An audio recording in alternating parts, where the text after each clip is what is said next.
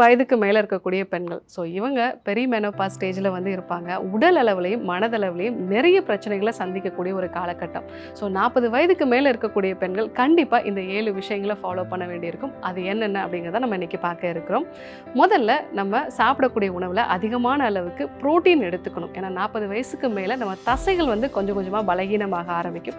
அதனால தான் அடிக்கடி நமக்கு கழுத்து வலியோ, இடுப்பு வலியோ, முழங்கால் வலியோ, இல்லை வந்து குதிங்கால் வலியோ, இந்த மாதிரி தசைகளும் மூட்டுகளும் இணையக்கூடிய இடத்துல ஏதாவது ஒரு வலி வந்து இருந்துகிட்டே இருக்கும். ஸோ அதனால் நிறைய புரோட்டீன் இருக்கக்கூடிய உணவுப் பொருட்களை எடுத்துக்கிறது நல்லது. நீங்கள் ஒரு 60 கிலோ இருக்கீங்க அப்படின்னா குறைஞ்சபட்சம் ஒரு 80 கிராம் அளவுக்காவது நம்ம வந்து புரோட்டீன் வந்து எடுத்துக்கணும். அது மட்டும் இல்லாமல் ஒமேகா 3 ஃபேட்டி ஆசிட், ஜிங்க் சத்து இருக்கக்கூடிய நட்ஸ் வகைகள் வந்து நம்ம தொடர்ந்து எடுத்துக்கிறது நல்லது. ஏன்னா இது வந்து நம்ம பிரெயின் ஆக்டிவாக இருக்கிறதுக்கு ரொம்பவே வந்து யூஸ்ஃபுல்லாக இருக்கும். ஏன்னா இந்த காலகட்டத்தில் ஈஸ்ட்ரோஜன், ப்ரொஜெஸ்ட்ரான் இது எல்லாமே வந்து கம்மியாகும் பொழுது நம்மளுடைய பிரெயினும் வந்து ரொம்பவே வந்து டயர்ட் ஆகிடும். ஸோ இந்த வகையான உணவுப் பொருட்களை கண்டிப்பாக வந்து எடுத்துக்கோங்க. அடுத்தது நம்ம ஒரு நாளையில் ஒரு அரை மணி நேரமாவது வந்து மௌனமாகவோ இல்லை வந்து ஏதாவது ஒரு மைல்டான ஒரு மியூசிக்கோ வந்து கேட்குறது நல்லது. நம்ம மைண்டை வந்து கொஞ்சம் சைலன்ஸான ஒரு மோடில் வந்து வச்சுக்கிறது நல்லது. எதுக்காக அப்படின்னா இன்றைக்கி இருக்கக்கூடிய ஒரு மாடர்ன் லைஃப், எஸ்பெஷலி ஒரு 40 வயதுக்கு மேலே வந்து நம்ம ரொம்பவே வந்து ஸ்ட்ரெஸ்ஃபுல்லாக இருக்கும்னு சொல்லலாம்.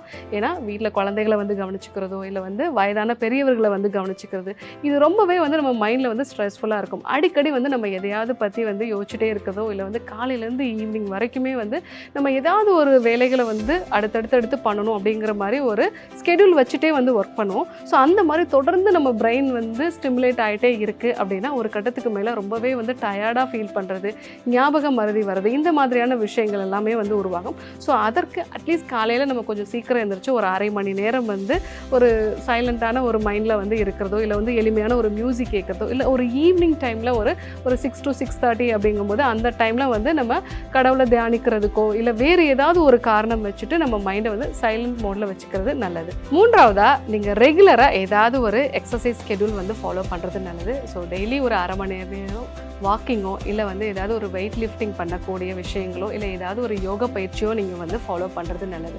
ஸோ இந்த மாதிரி நீங்கள் ஒர்க் அவுட் பண்ணால் தான் உங்களுடைய தசைகள் ஆரோக்கியமாக இருக்கும். அதே மாதிரி நிறைய மூட் ஸ்விங்ஸ் வந்து இந்த காலகட்டத்தில் வரும். ஸோ அந்த விஷயங்களையும் வந்து சரி பண்ணுறதுக்கு நீங்கள் ரெகுலராக போகக்கூடிய வாக்கிங் இல்லை ஒர்க் அவுட் பண்ணுறது ரொம்பவே அவசியம்.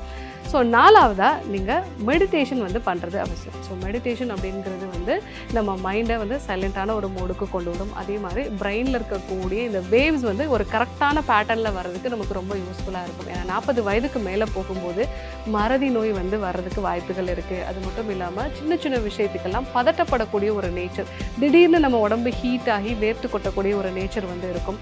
ஸோ இந்த மாதிரி படப்படப்பு இதெல்லாம் வரும் பொழுது நீங்கள் தியான பயிற்சிகளை வந்து தொடர்ந்து ஃபாலோ பண்ணீங்க அப்படின்னா இந்த மாதிரி படப்படப்பு வரதை வந்து நம்ம குறைச்சிக்கலாம். இல்லை எனக்கு தியானமெல்லாம் சில பேருக்கு ஒத்து வராதுன்னு சொல்லுவாங்க. அவங்க வந்து மூச்சு பயிற்சிகளை வந்து ஃபாலோ பண்ணலாம். ரெகுலராக மூச்சு பயிற்சிகளை ஃபாலோ பண்ணும்போது அவங்க உடம்புல பாராசிம்பத்தட்டிக் நர்வஸ் சிஸ்டம் வந்து தூண்டப்படுது அப்படின்னா உடம்பு நல்லா ஒரு ரிலாக்ஸான மோடில் வந்து இருக்கும். இல்லை சில பேர் வந்து ஏதாவது ஒரு விஷயங்களை பற்றி எழுதுறதோ ஜேர்னலிங் பண்ணுறது இதெல்லாம் நம்ம வந்து ஃபாலோ பண்ணோம் அப்படின்னா நமக்கு அடிக்கடி உண்டாகக்கூடிய இந்த பயம், படப்படப்பு இதெல்லாமே வந்து குறைய ஆரம்பிக்கும்.